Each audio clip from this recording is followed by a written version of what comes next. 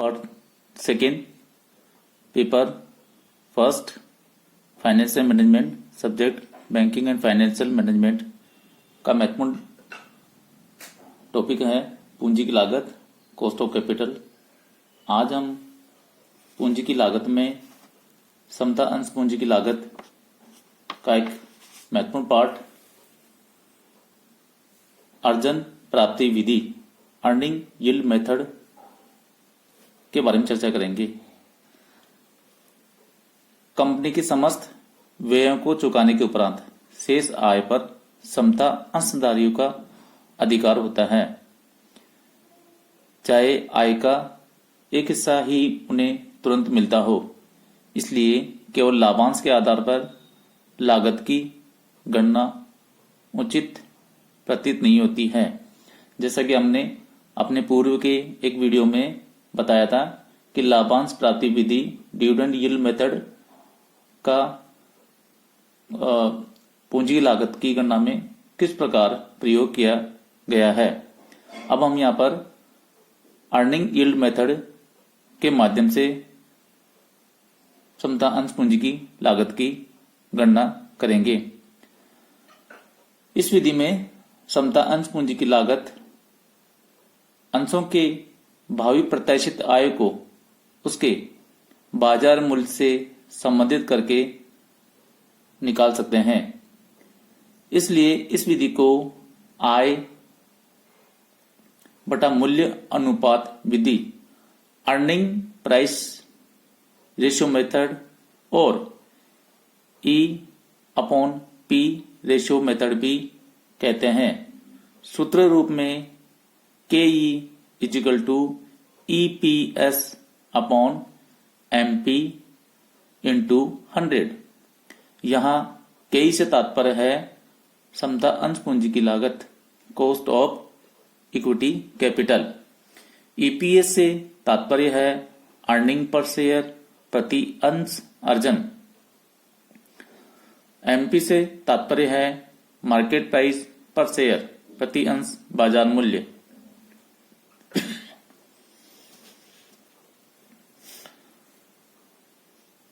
मूल्यांकन इस विधि के अंतर्गत पूंजी लागत की गणना करने हेतु प्रत्याशित अर्जने तथा अंश का बाजार मूल्य ज्ञात करना पड़ता है। प्रत्याशित अर्जनों अर्थात अर्निंग पर शेयर की गणना विद्यमान कंपनी की दशा में कुछ वर्षों की औसत अर्जने लेकर की जा सकती है, जबकि नई कंपनी की दशा में उसी प्रकार के व्यवसाय में संलग्न कंपनी की अर्जनों के आधार पर की जा सकती है। इसी तरह बाजार मूल्य वह राशि ली जा सकती है जो अंशधारी एक अंश के लिए देने को तैयार है। पूंजी लागत की यह विधि निम्नलिखित सीमाओं से भी बंधी हुई है। पहली है, सभी अर्जने अंशधारियों में लाभांश के रूप में वितरित नहीं की जाती है। दूसरा है, समय की लंबी अवधि में प्रति अंश अर्जनों के स्थिर रहने की अपेक्षा नहीं की जा सकती है। तीसरा है, प्रति अंश बाजार मूल्य भी स्थिर नहीं रहता है।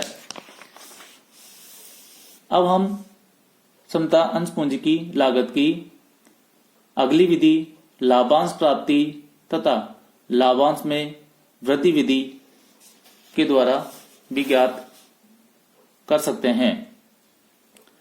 Dividend yield plus growth in dividend method. लाभांश प्राप्ति विधि में समता अंश पूंजी की लागत की गणना करते समय यह मान लिया गया था कि वर्तमान लाभांश दर भविष्य में इतनी ही बनी रहेगी, जबकि प्रबंधक यह अनुमान लगाता है कि कंपनी के वर्तमान लाभांश में अगले कई वर्षों तक निरंतर वृद्धि होती रहे तथा तब लाभांश में भावी वृद्धि के लिए चालू लाभांश दर में वृद्धि जोड़ी जाती है। लाभांश में वृद्धि दर प्रति अंश अर्जनों में वृद्धि दर के बराबर मानी जाती है। उदाहरणार्थ, यदि किसी कंपनी की उपार्जन में 10% वार्षिक वृद्धि हो रही है तथा लाभांश भी इसी अनुपात में बढ़ रहे हैं तो प्रति अंश लाभांश में वृद्धि भी प्रति अंश उपार्जन वृद्धि के बराबर होनी चाहिए। इसीलिए इस विधि में वर्तमान लाभांश दर में कंपनी की अर्जनों की संभावित भावी वृद्धि के आधार पर उचित समायोजन करके समता अंश पूंजी की लागत की जाती है। इसे सूत्र रूप में इस प्रकार लिखा जा सकता है KE = DPS upon MP into 100 plus small g। यहां KE से तात्पर्य कॉस्ट ऑफ इक्विटी कैपिटल समता अंश पूंजी की लागत, DPS प्रति अंश लाभांश दर,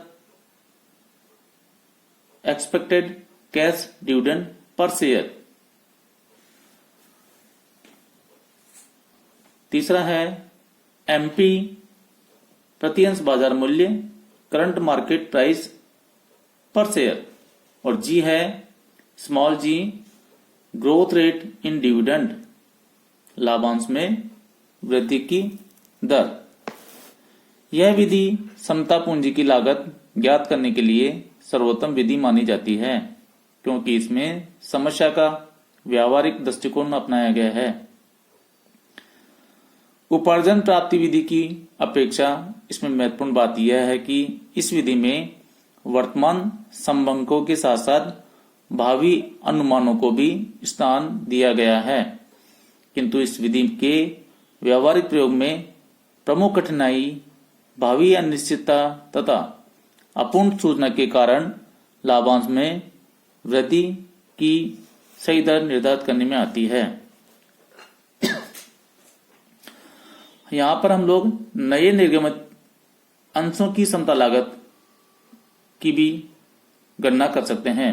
जब कंपनी नए अंश जारी करती है तब प्रति अंश बाजार मूल्य वसूल करना संभव नहीं होता है क्योंकि नए निर्गमन पर कंपनी को अंश निर्गमन के व्यय करने पड़ते हैं। इन व्ययों में अभिकोपन, कमीशन, दलाली आदि व्यय सम्मिलित होते हैं। प्रति अंश शुद्ध प्राप्ति की गणना संभावित बाजार मूल्य में निर्गमन व्यय घटाकर की जाती है। अंश पूंजी की लागत ज्ञात करने के लिए प्रति अंश लाभांश DPS अथवा प्रति अंश अर्जन EPS में प्राप्त शुद्ध राशि का भाग दिया जाता है। इसके लिए निम्न सूत्रों का प्रयोग किया जा सकता है। KE = DPS upon NP into 100 अथवा EPS अपॉन NP इंटू 100। इसके अलावा DPS upon NP into 100 plus capital G। यहाँ पर NP से तात्पर्य होता है प्रति अंश प्राप्ति राशि, नेट प्रोसीड्स पर शेयर।